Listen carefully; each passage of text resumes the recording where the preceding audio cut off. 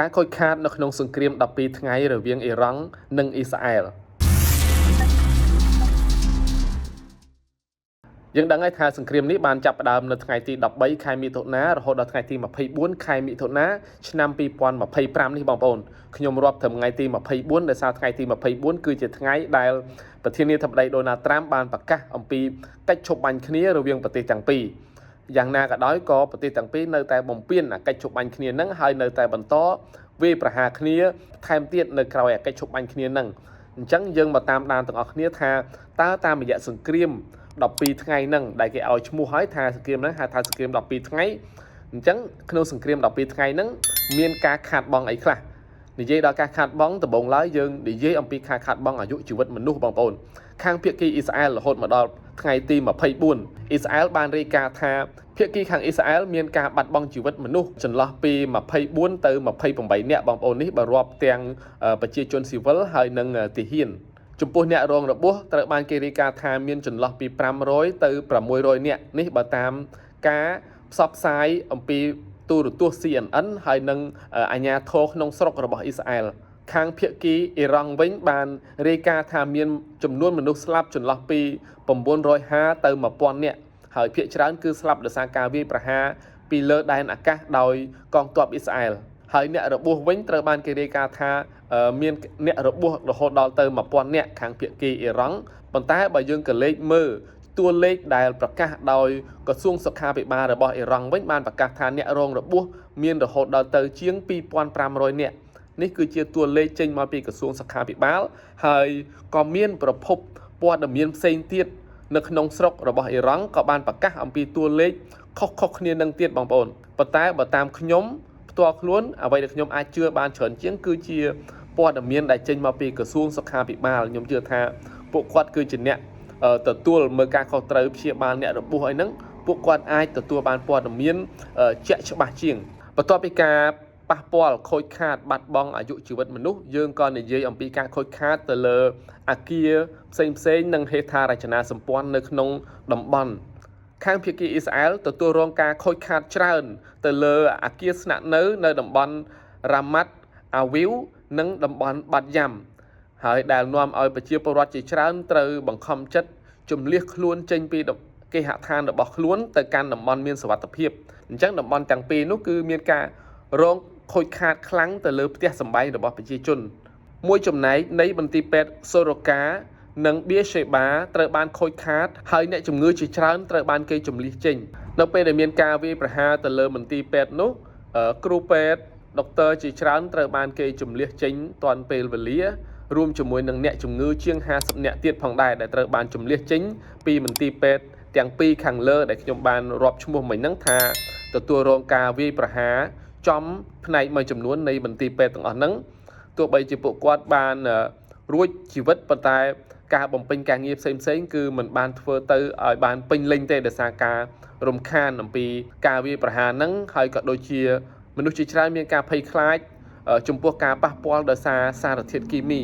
អគារជាច្រើនហើយនឹងមធ្យោបាយធ្វើដំណើរនៅតំបន់ Holon តំបន់ Ramat Gan និងតំបន់ Tel Aviv ត្រូវបានបំផ្លាញតំបន់ Beersheba ឬត្រូវបានហៅថាជាទីក្រុងផ្នែកខាងត្បូងបានទទួលការវាយប្រហារមុននឹងកិច្ចព្រមព្រៀងឈប់បាញ់គ្នាបន្តិចហើយដែលបណ្ដាលឲ្យមានមនុស្សស្លាប់4ទៅ5នាក់ហើយនឹងជាង20នាក់ទៀតរងរបួសធ្ងន់និងស្រាលនៅផ្នែកជាច្រើននៃប្រទេសអ៊ីស្រាអែលភាគច្រើនកំពុងតែរងការដាច់ភ្លើងដោយសារតែការវាយប្រហាររបស់អ៊ីរ៉ង់តាមពិតទៅអ៊ីរ៉ង់បានធ្វើការវាយប្រហារគ្រាប់មីស៊ីលជាង400គ្រាប់មកលើទឹកដីអ៊ីស្រាអែលប៉ុន្តែមានតែជាង20គ្រាប់ប៉ុណ្ណោះបានធ្លាក់ដល់ទីក្រុងពិតប្រាកដហើយនេះក៏ជារូបភាពមួយដែលបង្ហាញថាប្រព័ន្ធការពារដែនអាកាសរបស់អ៊ីស្រាអែលបានការពារគ្រោះថ្នាក់ជាច្រើនដែលគេបាញ់ជាង400គ្រាប់ប៉ុន្តែធ្លាក់ដល់ដីពិតប្រាកដតែជាង20គ្រាប់ទេចំពោះខាងភាគីអ៊ីរ៉ង់ឯនោះវិញការខូចខាតភាគច្រើនគឺទៅលើតំបន់យោធាហើយនិងហេដ្ឋារចនាសម្ព័ន្ធនៃរោងចក្រនុយក្លេអ៊ែររបស់អ៊ីរ៉ង់ហើយដែលនៅក្នុងនោះដែរមានពន្ធនាគារមួយឈ្មោះថា Evin បានរងការខូចខាតយ៉ាងខ្លាំងហើយមានអ្នកទោសជាច្រើនបានបាត់បង់ជីវិតដែលអត់ទាន់មានព័ត៌មានជាក់ច្បាស់ថាអ្នកទោសនឹងបានបាត់បង់ជីវិតចំនួនប្រមាណអ្នកទេការខូចខាត ជាច្រើនទៀតតាក់ទងនឹងរ៉ាដាឧបករណ៍យោធាទីតាំងស្រាវជ្រាវវិទ្យាសាស្ត្រដែលមានឈ្មោះដូចជា Nathan Fordo និង Fachin ជាដើមក្នុងនោះដែរមេដឹកនាំ RIGC ជាមេទ័ពការពារបដិវត្តន៍អ៊ីរ៉ង់បានទទួលការវាយប្រហារបាត់បង់ជីវិត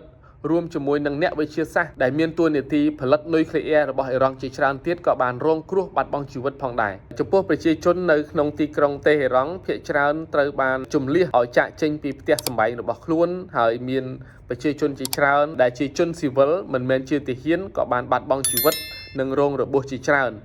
ការប៉ះពាល់ផ្សេងទៀតហើយនឹងការជះឥទ្ធិពលនៅក្នុងតំបន់ឆ្លើយតបទៅនឹងភាពតានតឹងដែលបានកើតឡើងនេះផងដែរអ៊ីរ៉ង់គម្រាមបិទច្រកអកម៉ូសដែលនឹងជំរុញឲ្យតម្លៃប្រេងសាំងនៅលើទីផ្សារអន្តរជាតិអាចនឹងមានការកើនឡើងថ្លៃការប៉ះពាល់មួយចំនួនទៀតគឺបណ្ដាលមកពីការលូកដៃរបស់សហរដ្ឋអាមេរិកដែលធ្វើការវាយប្រហារទៅលើរោងចក្រផលិតនុយក្លេអ៊ែរដល់ទៅ3កន្លែងនៅក្នុងប្រទេសអ៊ីរ៉ង់កាលពីសប្តាហ៍មុនហើយអ៊ីរ៉ង់ក៏ធ្វើការឆ្លើយតបទៅវិញតាមរយៈការបាញ់មីស៊ីលទៅលើមូលដ្ឋានទ័ពរបស់អាមេរិកនៅលើប្រទេសកាតាហើយនិងប្រទេសអ៊ីរ៉ាក់កាលពីថ្ងៃទី23ខែមិថុនានេះតាមការរាយការណ៍មួយទៀតបានឲ្យដឹងថាជនជាតិអាមេរិកចន្លោះពី250ទៅ300នាក់ត្រូវបានជំលះឲ្យចាកចេញពីប្រទេសអ៊ីស្រាអែលនៅក្នុងពេលមានសង្គ្រាមនេះដែរហើយយើងក៏ដឹងទាំងអស់គ្នាថានៅថ្ងៃទី24ខែមិថុនានេះលោកប្រធានាធិបតី Donald Trump បានប្រកាសនៅលើ Twitter ផ្លូវការរបស់ខ្លួនបានប្រកាសថាអបអរសាទរសន្តិភាពរវាងប្រទេសទាំងពីរគឺអ៊ីរ៉ង់និងអ៊ីស្រាអែលប៉ុន្តែទោះជាយ៉ាងណាក៏ដោយនៅពេលដែលកិច្ចព្រមព្រៀងសន្តិភាពណាកិច្ចព្រមព្រៀងបញ្ចប់សង្គ្រាមឈប់បាញ់គ្នានេះត្រូវបានប្រកាសឡើងភាគីទាំងពីរក៏នៅតែមានការវាយប្រហារគ្នាទៅវិញទៅមកបន្តទៀតមានន័យថាភាគីទាំងពីរក៏បានឈ្លានពានអាកិច្ចព្រមព្រៀងឈប់បាញ់គ្នានឹងដូចគ្នាភាគីអ៊ីរ៉ង់ក៏បានរំលោភបំពានកិច្ចព្រមព្រៀងភាគីអ៊ីស្រាអែលក៏បានរំលោភបំពានកិច្ចព្រមព្រៀងឈប់បាញ់គ្នានឹងប៉ុន្តែភាគីអាមេរិកជាអាជ្ញាកណ្ដាលលោកមិនបានជំរុញថែមទេអត់មានបាននិយាយថាបើខ្ញុំឲ្យឈប់បាញ់ហើយអ្នកឯងនៅតែបាញ់ទៀតអញ្ចឹងបាញ់ទៀតហ្មងទៅលោកអត់បានរុញថែមអញ្ចឹងទេប៉ុន្តែដោយសារតែមានការរំលោភបំពានទាំងពីរភាគីអាមេរិកក៏នៅតែបន្តលើកទឹកចិត្តថាកិច្ចព្រមព្រៀងបានបង្កើតឡើងហើយប៉ុន្តែអ្នកទាំងពីរនៅតែខុសទាំងពីរអញ្ចឹងខ្ញុំនៅតែបន្តលើកទឹកចិត្តថាឈប់បាញ់ទៅឈប់ទាំងពីរទៅមិនបន្ទោសទៅលើអ្នកណាមួយមិនលើកជើងអ្នកណាមួយទេប៉ុន្តែបំលុបកិច្ចព្រមព្រៀងទាំងពីរអ្នកអញ្ចឹងមិនរុញឲ្យបាញ់ថែមទេប៉ុន្តែមានតែលើកទឹកចិត្តថាឥឡូវឈប់ទាំងអស់គ្នាទៅពីមុនបាញ់100គ្រាប់ម្សិលមិញបាញ់តែ4-10គ្រាប់នៅតែបន្តបាញ់គ្នាទៀតប៉ុន្តែនៅតែលើកទឹកចិត្តថាឲ្យឈប់ទៅរកវិធីមានសន្តិភាពទាំងអស់គ្នាទៅនេះគឺជាអ្វីដែលប្រជាជននៃប្រទេសទាំងពីរចង់បាននេះជាអ្វីដែលពិភពលោកចង់បានអញ្ចឹងរឿងនេះទៅជាយ៉ាងណាទៀតអាចនឹងបញ្ចប់ឆាប់ឬនៅតែបន្តលពិលពកបាញ់គ្នាបន្តទៀតយ៉ាងណាយើងចាំតាមដានទាំងអស់គ្នាអរគុណបងប្អូនជួបគ្នានៅវីដេអូក្រោយ